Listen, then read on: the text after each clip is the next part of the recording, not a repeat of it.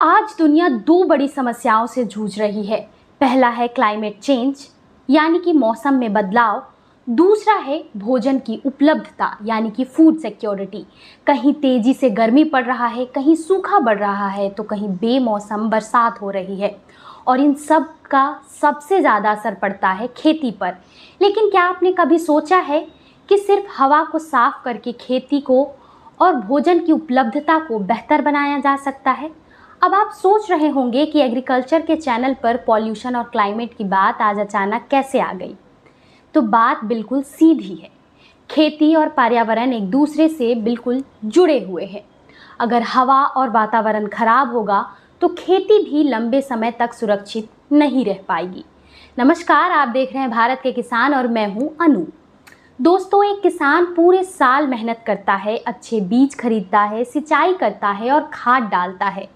लेकिन कई बार सब कुछ सही होने के बावजूद भी फसल उम्मीद के मुताबिक नहीं होती। अक्सर किसान मौसम या पानी को वजह मानता है, लेकिन कई बार नुकसान की वजह वो चीज़ होती है जो हमें दिखाई नहीं देती है। हवा या प्रदूषण। हाल ही में international scientific journal nature food में एक बड़ी रिसर्च रिपोर्ट प्रकाशित हुई है। यह स्टडी IFPRI यानी कि international food policy research institute और कई बड़े एग्रीकल्चर रिसर्च मॉडल पर आधारित है। इस रिसर्च में एक बहुत दिलचस्प बात सामने आई है। अगर दुनिया ग्रीन हाउस गैस इमिशन कम करती है तो सिर्फ क्लाइमेट चेंज ही नहीं रुकेगा, बल्कि ओजोन पॉल्यूशन भी कम होगा और इसका सीधा फायदा खेती को मिल सकता है। अब सवाल है, ये ओजोन पॉल्यूशन आखिर क्या है? गाड़ियाँ, फैक्ट्रीज और इंडस्ट्री से निकलने वाली गैस जब सनलाइट के संपर्क में आती है तो ज़मीन के पास एक हार्मफुल गैस बनाती है जिसका नाम है ग्राउंड लेवल ओजोन। और यही ओजोन फसलों के लिए खतरनाक होता है।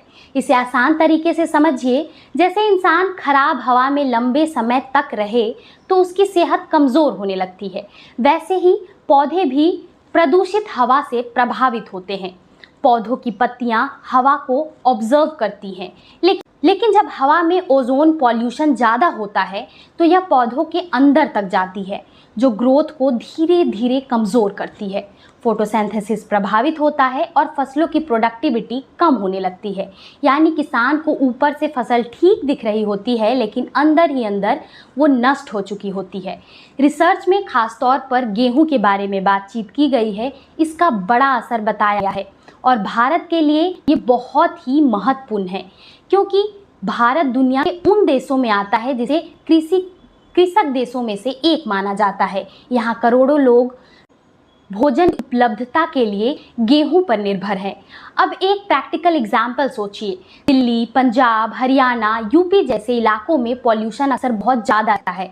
उसी समय खेत में गेहूं के फसल भी बढ़ रहे होते हैं, यानी कि किसान खेती में मेहनत कर रहा है, लेकिन आसपास की जहरीली हवा उसकी फसल को अंदर से नुकसान पहुंचा रही है। रिसर्च के अनुसार अगर ओजोन पॉल्यूशन कम हो जाए तो क्लाइमेट चेंज की वजह से बढ़ने वाले ग्लोबल हंगर रिस्क का लगभग 15% असर कम किया जा सकता है। इस स्टडी में बताया गया है कि 2050 तक मौसम बदलने की वजह से लगभग 9.6 मिलियन लोग हंगर रिस्क में आ सकते हैं। क्लीन एयर और ओजोन रिडक्शन की मदद से लगभग 13 मिलियन लोग फूड रिस्क से बच सकते हैं। यानी साफ हवा सिर्फ इन्वायरमेंट के लिए ज़रूरी नहीं है, बल्कि आगे आने वाले समय में भोजन की उपलब्धता के लिए बेहद ज़रूरी है। अगर आसान भाषा में कहे तो भविष्य की खेती सिर्फ मिट्टी, पानी और बीज पर निर्भर नहीं करेगी, बल्कि हवा की अच्छी गुणवत्ता पर भी निर्भर करेगी। यह रिसर्च साफ संकेत देती है कि अब एग्रीकल्चर की पॉलिसी और क्लाइमेट की पॉलिसी को साथ लेकर चलना होगा, क्योंकि अगर हमें खेती को सुरक्षित रखना है तो सिर्फ खेत नहीं, बल्कि खेत के आसपास का वातावरण भी सुरक्षित रखना होगा। और शायद यही वजह है कि आगे आने वाले समय में किसान सिर्फ मौसम की जानकारी नहीं, बल्कि हवा की गुणवत्ता पर भी उन्हें ध्यान देना होगा, क्योंकि साफ हवा सिर्फ सांस लेने के लिए ज़रूरी नहीं है, बल्कि आगे आने वाली पीढ़ियों की थाली के लिए भी उतनी ही ज़रूरी है। अगर हमारी रिपोर्ट अच्छी लगी हो तो हमें फॉलो करें। धन्यवाद। अगले संडे हम आपके लिए इसी तरीके की विस्तार रिपोर्ट लेकर आएंगे। तब तक के लिए आप देखते रहिए भारत के किसान। धन्यवाद।